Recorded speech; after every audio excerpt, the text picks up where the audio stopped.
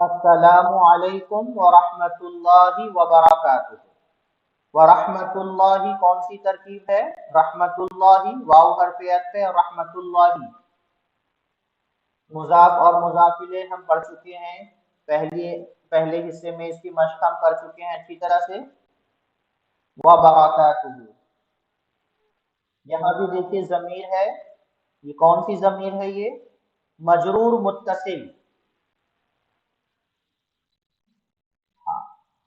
مجرور متصل۔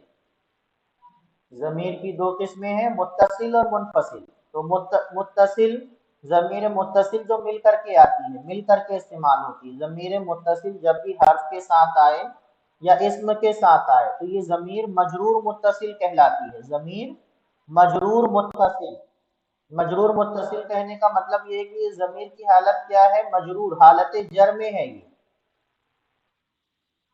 ضمیر اضافی بھی کہتے ہیں۔ تو جب بھی یہ ضمیر یعنی ضمیر متصل اسم کے ساتھ آئے گی تو مضاف الیہ بنے گی۔ ضمیر کیا بنے گی؟ مضاف الیہ۔ برکاتہ مضاف ہے اور ہو کیا ہے؟ مضاف الیہ۔ ترجمہ ہو گیا اس کا، سلامتی ہو تم پر اور اللہ کی رحمت اور اس کی برکتیں ہو۔ المدرس، مدرس کیا کہہ رہے ہیں؟ وعلیکم السلام ورحمۃ اللہ وبرکاتہ۔ اس میں نیا کچھ بھی نہیں ہے۔ سلام کا جواب کس طرح سے دینا ہے؟ وہی ہے، وعلیکم السلام ورحمۃ اللہ وبرکاتہ۔ جب ہم ایک دوسرے سے ملتے ہیں تو سب سے پہلے گریٹنگ ہائی ہیلو کرتے ہیں، السلام علیکم کرتے ہیں۔ اس کے بعد پھر آگے بڑھتی ہے بات۔ ہاشم کیا کہہ رہے ہیں؟ کیف حالک یا استاذ، خیریت پوچھتے ہیں۔ پڑھیے اس کو، کیف حالک یا استاذ، اے استاذ آپ کیسے ہیں۔ پورا ترجمہ ایسا نہیں کرتے ہیں آپ کی حالت کیسی ہے، خیریت پوچھتے ہیں تو ایسے پوچھتے ہیں آپ کیسے ہیں۔ اس کو عربی میں کس طرح سے ادا کریں گے؟ حالوکا کے ساتھ، کیفا حالوکا۔ لیکن اس کا ترجمہ ہمیں ضروری نہیں کہ آپ کی حالت کیسی ہے۔ اے استاذ آپ کیسے ہیں، کیفا اس میں استفہام ہے، حالوکا یہاں ضمیر مجرور متصل ہے جس کے بارے میں اوپر میں نے آپ کو بتایا۔ یا کیا ہے؟ حرف ندا ہے، یا حرف ندا ہے، اور استاذ منادا ہے۔ منادا معرفہ ہوتا ہے یا نکرہ ہوتا ہے؟ معرفہ ہوتا ہے، منادا معرفہ ہوتا ہے۔ جب ہم یا کے بعد اگر جو بھی منادا آ رہا ہے تو وہ خاص اسی کے بارے میں بات ہوئی۔ یا استاذو بولیں گے ہم تو کوئی اور مراد نہیں ہوگا اس سے، اسی لیے اس میں تنوین نہیں آتی، الف لام نہیں آتا، کیونکہ وہ معرفہ ہے۔ یا استاذو زن نہیں بولنا ہے، یا استاذو اے استاذ آپ کیسے ہیں۔ کسی سے بھی خیریت پوچھیں گے تو آپ ایسے پوچھیں گے، کیف حالک، کیف حالک۔ جواب کیا ہے؟ لعلک بخیر، امید ہے آپ خیریت سے ہوں گے، امید ہے آپ خیریت سے ہوں گے۔ لعلک بخیر، لعل کے معنی کیا کیا آتے ہیں؟ یہاں پر دیکھیے آپ، آج جو ہم لوگ پڑھیں گے اس سبق میں جو چیزیں پڑھیں گے انا کے بارے میں پڑھیں گے۔ کس کے بارے میں پڑھیں گے؟ انا واخواتها، یہ حروف مشبہ بالفعل بھی کہتے ہیں انہیں، اور ان کو انا واخواتها کے نام سے بھی جانا جاتا ہے۔ ابھی لعل آیا نا سب سے پہلے، دیکھیے لعل یہ بھی جملے اسمیہ پر داخل ہوتا ہے۔ لعل کس میں داخل ہوگا؟ جملے اسمیہ یا جملے فعلیہ میں؟ جملے اسمیہ میں۔ کس میں داخل ہوگا؟ جملے اسمیہ۔ جملے اسمیہ کسے کہتے ہیں؟ ایسا جملہ جو اسم سے شروع ہوتا ہے، ایسا جملہ جو اسم سے شروع ہوتا ہے اسے جملے اسمیہ کہتے ہیں۔ جیسے الکتاب سہل، الکتاب سہل، الکتاب اسم ہے یا فعل ہے؟ اسم ہے، الکتاب اسم ہے، اسی لیے یہ جملے اسمیہ ہے۔ کتاب آسان ہے، ایسے جملوں میں پہلے جز کو، پہلے حصے کو کیا کہتے ہیں؟ مبتدا، اور دوسرے حصے کو کیا کہتے ہیں؟ خبر کہتے ہیں۔ تو یہ مبتدا خبر ہے۔ جملے فعلیہ کسے کہتے ہیں؟ ایسا جملہ جو فعل سے شروع ہوتا ہے، ایسا جملہ جو فعل سے شروع ہوتا ہے۔ جیسے خرج بلال، بلال نکلا، خرج فعل ہے یا اسم ہے؟ فعل ہے، خرج بلال۔ تو یہ جملہ ہمارا شروع ہو رہا ہے فعل سے، اس لیے جملے فعلیہ ہے۔ انا و اخواتھا جملے اسمیہ کے شروع میں داخل ہوتے ہیں۔ انا و اخواتھا حروف مشبہ بالفعل کس میں داخل ہوتے ہیں؟ جملے کے